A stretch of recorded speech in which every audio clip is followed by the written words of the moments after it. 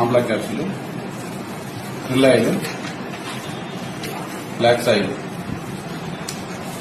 సీబక్తాల్, స్పిర్లినా,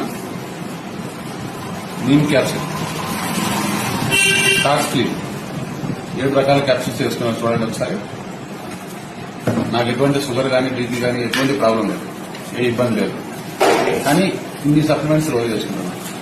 ఎందుకు చేసుకుంటున్నా? పోషక పదార్థాల లోపం ఏమైనా జరుగుతుందేమో మనకు తెలియకుండానే చేసుకుంటే వేసుకుంటున్నాం. పోషక పదార్థాల లోపం లేకుండా ఇవి వేసుకుంటే మనకు ఇబ్బంది ఉండదు. చూడండి.